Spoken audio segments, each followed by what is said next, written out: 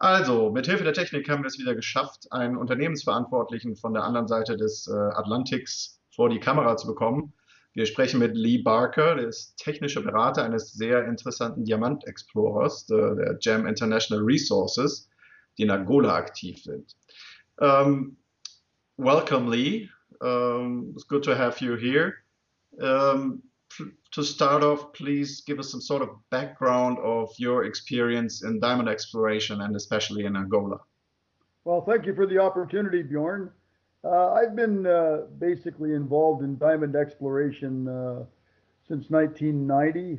I've have a background academically as a mining engineer, exploration engineer, geological engineer. I'm a bit of a hybrid. Studied mineral economics in an advanced degree after graduating from engineering. And in the diamond exploration field, I became fully involved in 1991 in the exploration for the diamond discoveries that were made here in Canada. I was involved in the Diavik discovery, which was Canada's second diamond mine. And later on, in 1996, I became involved in exploration in Angola. The company I was working for was able to secure a number of concessions there, and I worked there basically full time until after 2000. And then I left that company, went back with another group, and I worked till 2003 in Angola, actually, both in alluvial exploration and kimberlite evaluation, which kimberlites, as most people know, are the primary rocks that diamonds come from. Okay, thank you. So now with GEM International, the company acquired a concession called or the Dala concession um, in Angola. Please tell us why does the company think this is a very prospective area? Well, the Dala license is a very large license to start with. It's 3,000 square kilometers, which is the largest size license available in Angola. And it's located immediately south of the Katoka Diamond Mine, which is the fourth largest diamond mine in the world and the largest diamond mine in Angola.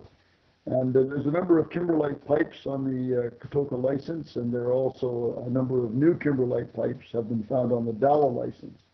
But also there are quite a large number of rivers in the Dala license, almost five plus tributaries, that can be mined likely for alluvial diamonds. Historically, there's been alluvial diamond mining on many of these rivers and streams, nothing to a commercial scale, but certainly because of the historical mining, we know there are diamonds there, and also the kimberlites, new kimberlites that can be found on Dala may well be the sources of these diamonds because they do not come from the north at Katoka. Mhm. So as you said, there's potential for alluvial diamonds and for kimberlites. Let's start with the alluvials. What is the potential you see there, and how do you want to go about to realize that potential? And perhaps if you can make that call, how long might it take to produce or to find a meaningful quantity of diamonds? Well, currently there is alluvial production in a what we call artisanal manner from local people mining the alluvials by hand, digging gravels up, sorting them through screens, and then picking the diamonds out by hand. This is called, these guys are called garamberos.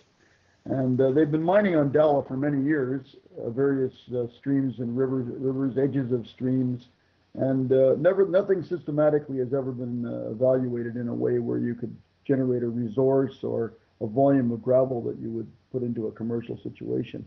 There's also been some mining in the actual streams themselves. I've seen photographs where these people have built small breakwaters to isolate the one area of the river and go down and dig the gravel up by diving, sometimes with equipment, sometimes without.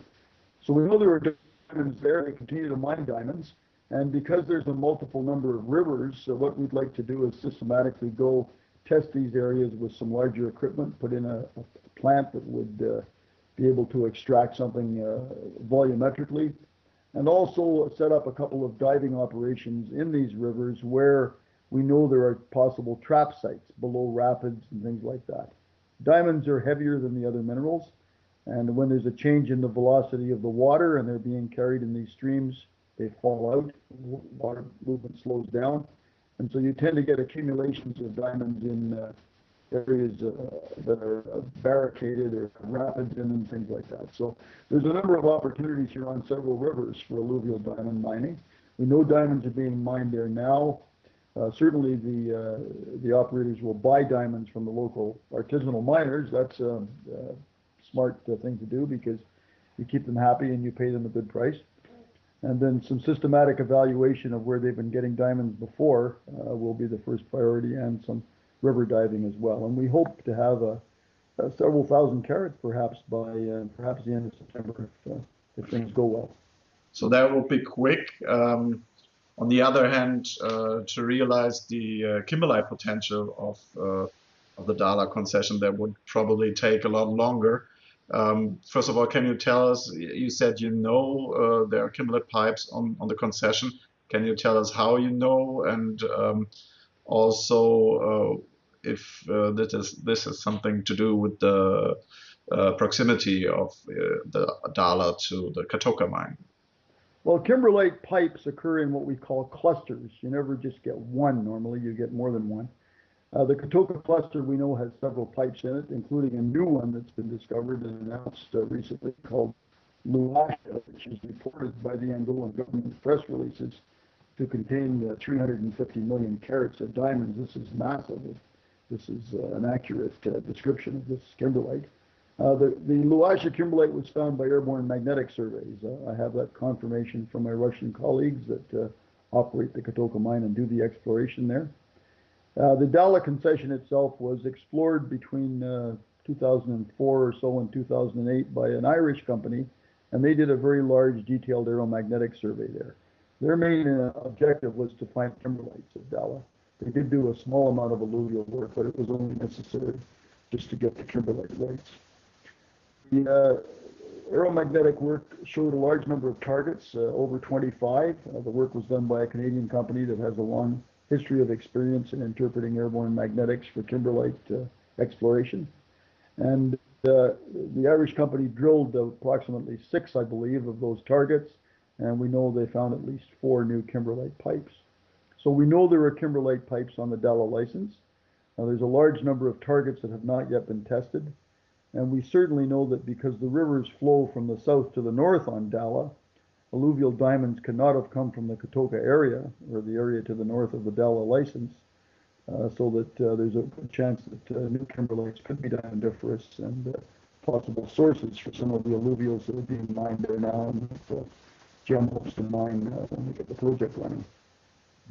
Interesting. So, well, you gave the example of the new kimberlite that was just recently discovered. Can you give us an example of what might happen if a junior company or a smaller company discovered something, well, not something like big like that, but a diamondiferous kimberlite pipe that could support a mine on their concession? Well, obviously it would be huge for a junior explorer. It's a long way from the first drill hole and the initial testing to see if there are diamonds in the kimberlite to a mining operation. But one of the good things about the Dala license is that it's in an area where there's already diamond mining going on. Katoka has been a very successful operation, and one of the old adages that we used in the exploration industry is if you want to find a mine, go where somebody else found one before, because mines do not occur as single unique entities. They occur in groups. Mining camps consist of large numbers of deposits that can be mined by different people. And kimberlites are the same way. Because they occur in clusters, one can be economic, one can be sterile, and the larger number of targets you have, the better statistical chance you have of finding one that does contain diamonds. And we certainly know that in this area of Angola, in this area of the Earth's crust, deep down where the diamonds come from, is a fertile area. The mantle in this area contains a lot of diamonds, as we know. It's been a historical diamond mining area for probably over 60 years now, 70 years. And Dala license being large gives you, of course, many of these opportunities statistically to come up with something good. Okay, thank you, and good to talking to you. And we'll be looking forward to hearing updates in the future once you really get going on the Dala license. Well, we're looking forward to positive updates and making this project a real success.